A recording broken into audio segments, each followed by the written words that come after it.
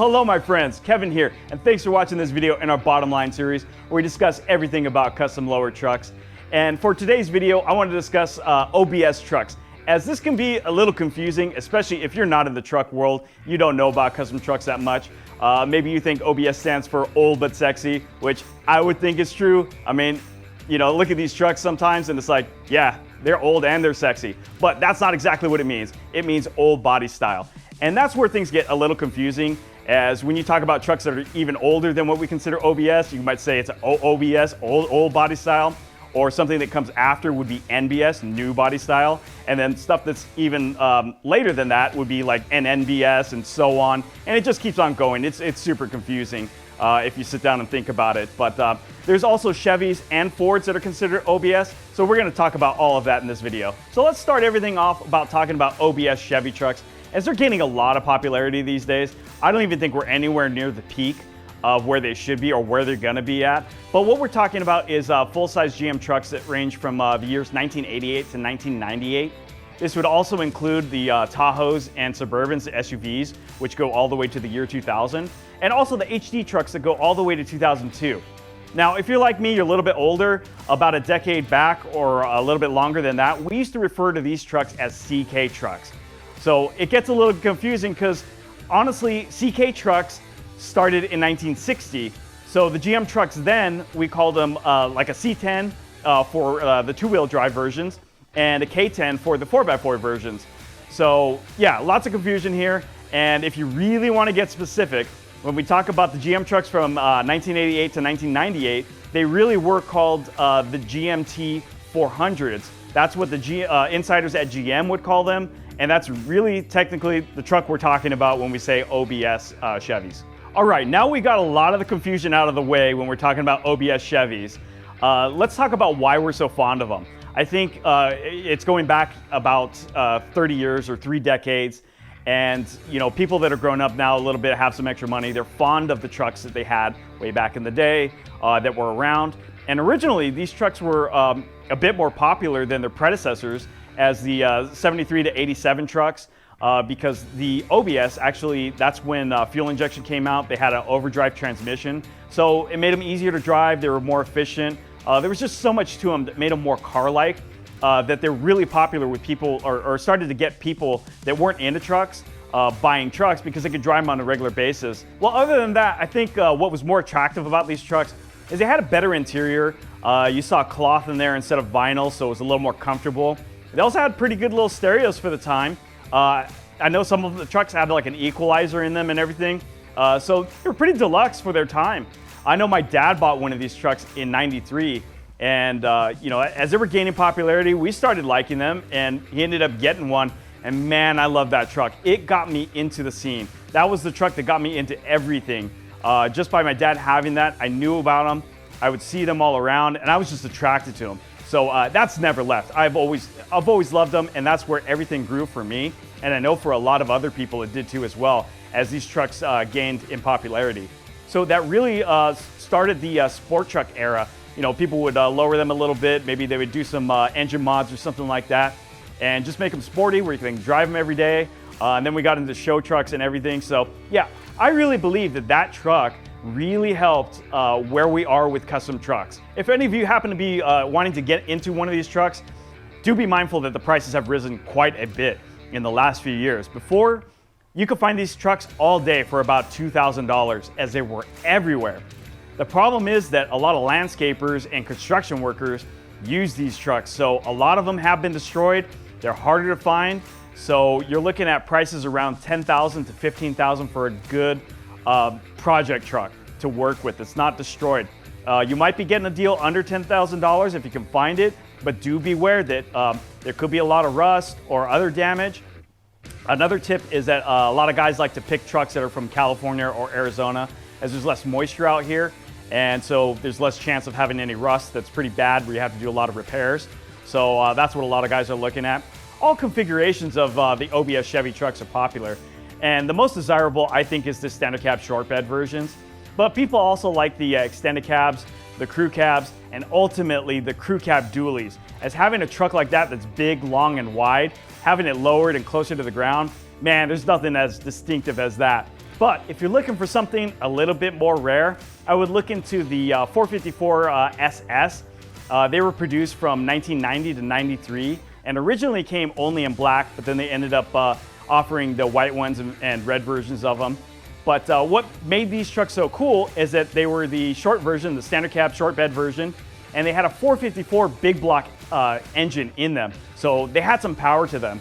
So you could add a little bit more and lower them a little bit, make them handle, and man, you got a good truck right there. These things are also considered a collector item, so they're a solid investment right now because the prices are appreciating. So if you want to get into one of those, have an investment, that's the way to go. Do mind you that they are expensive because there was only or less than 17,000 of them ever produced. So if you're trying to get into one, you're going to look at prices ranging from like 30,000 all the way up to like 50,000, maybe on up, depending on the condition. Before I forget, there's something that I should mention. If you're in the market for one of these trucks, be mindful of the paint. Even if you find a version of the truck that doesn't have any big major dents or anything like that, or any body damage, paint could be an issue because GM started using I believe a water-based paint at the time because of just EPA restrictions and everything, and they didn't perfect it at the time, so the adhesion of it wasn't that great. So over time, a lot of the paint on these trucks would chip, and a lot of people didn't get them fixed or anything like that. So you're gonna find a lot of trucks out there that have damaged paint. And when you get one of these trucks, you can't paint over it. You've got to take them down to bare metal. So just be aware of that. It might actually be a bargaining chip if you're out there looking for a good deal. As I mentioned earlier, these OBS Chevy trucks kicked off the custom truck scene, and they really paved the way for the aftermarket and the parts that were made available for them. So if you're looking to lower your truck, I'd look at companies like McGaughy's, Beltec, or DJM. In fact, I even installed a 5.7 DJM drop on my dad's truck, and it rode like a dream. You can't even tell that it's lowered besides its actual height. But if you want to do something that's more performance-minded, check out the coilover kits from either QA1 or RideTech. They both have good quality systems. And if you want your truck a bit lower, you want it hammered, you want it on the ground, look at an airbag kit from KP Components. They've got some good quality stuff. I had one of their kits on my S10, and not only did it fit really well, but it was quality, it worked. I never had a problem with reliability. Now, if you guys are looking at doing a high-profile build, something a little more expensive, you might want to check out the Roadster Shop, as they just came out with a full chassis for these trucks that has some pretty cool suspension stuff, including an independent rear suspension, so you don't have to raise up your bed floor at all. But do be prepared that you're going to pay some money on these things because they told me that a full chassis with brakes and everything will cost you $45,000. So if you're looking at that end, you might want to save up your pennies. Not only have these trucks been a hit with enthusiasts, but high-end builders have also been getting into them as well. Remember a couple years back, Gas Monkey Garage, they built one in a couple days and they streamed the whole entire process. And yeah, that got people going about that one. I recently shot with the boys from Hills Hot Rods that always have good quality stuff. They did a 454 SS. They did it in orange because it never came in orange and they felt that it deserved to be that color. They did a super terrific job with that one. Also, Justin Keith of Killer Performance, he has a pair of these trucks and he's been putting LT engines in them. They are just stupid fast, super cool to see them done that way. And recently the Roadster Shop, when they did their full chassis, that prototype ended up getting finished out and they put it underneath a truck they built with Good Guys show circuit, which is now their giveaway truck. I got to shoot this truck, see it in person. Oh my gosh, this thing is amazing, I'll tell you. It was cool to see one of these trucks well done like that. The body lines were super crisp, the styling was right on, fit the time and everything. And I tell you, they raised the bar. So if you're looking to build something at that level, there's some stiff competition now. All right, so I know you Ford fans are like probably screaming right now. You're like, enough with the Chevys. I want to hear about OBS Fords. And we're going to get to that right now. To straighten any confusion, an OBS Ford truck is a 9th generation Ford F-Series full-size trucks ranging from years 1992 to 96. I believe the Broncos extended further than that, and the bigger trucks like the F-450 went into 1998. But people are really fond of these trucks as they were in a little bit of a sweet spot, as they were the last square body truck before the 1997 rounded out version came out. And they look better than the previous version of them. So people just like the looks of them. They fit the era and everything, and that's why they've gained in popularity. All right, before you Ford guys start running away thinking you got it easy without having any confusion in your designation of truck models, well, you guys are wrong. There's some confusion with the previous model with the F100s. as there's some debate there. But I can tell you the production was from 1953 to 1983. Now, some Ford enthusiasts will say that F-100s kind of is considered that they ended in 79 because the 80 model, the bullnose version, is where F-150 started, and they don't really consider that one an F-100, even though F-150 actually started in 75 because Ford was trying to get around some emissions restrictions. So yeah, there is some confusion. You guys got some explaining to do. While we're talking about names for classic Ford trucks, let's get into some terms you might have heard. One will be the bump side F-100, and that refers to Ford trucks produced from 67 to 72. And it got its name because it has a body line that's a bump on the outside. So it's pretty easy there. The truck that followed it is a dent side F-100, and that ranges from 73 to 79 when we consider an F-100 ended. But you probably figured it out by now. The reason they got its name is because it has a dent as a body line. Getting back to OBS F-150 trucks, let's talk about the firepower under the hood. As a baseline, these trucks came with a 300 inline 6, which I heard is an unkillable engine. It had power, and people have run these things to the ground, and they're still going. Other models came with a 302 V8, and some also came with a 351 Windsor or Cleveland, depending on years. At the high end of the gas engines was a 460 big block.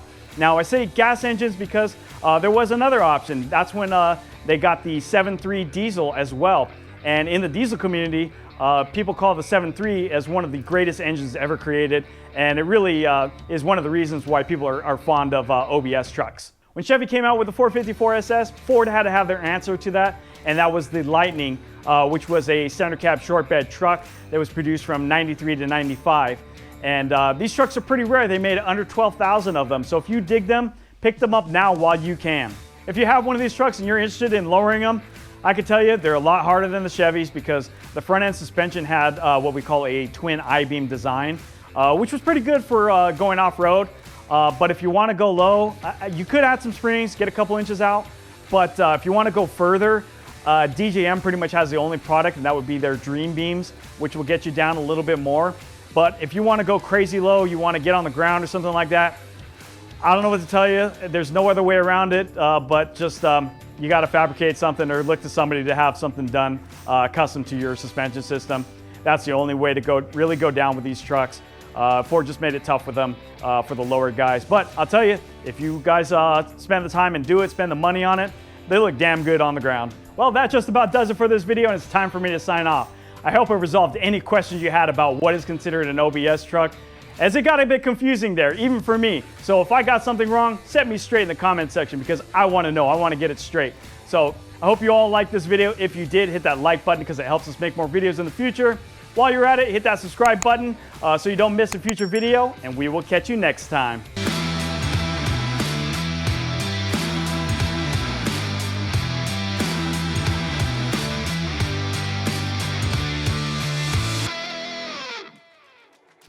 Thanks for watching Driving Line. If you guys like this video, consider subscribing to our channel so you'll never miss any of the content we create here. Whether you're into trucks, Jeeps, imports, domestic vehicles, or anything in between, we are here to fuel your passion. So hit that subscribe button and we'll see you guys next time.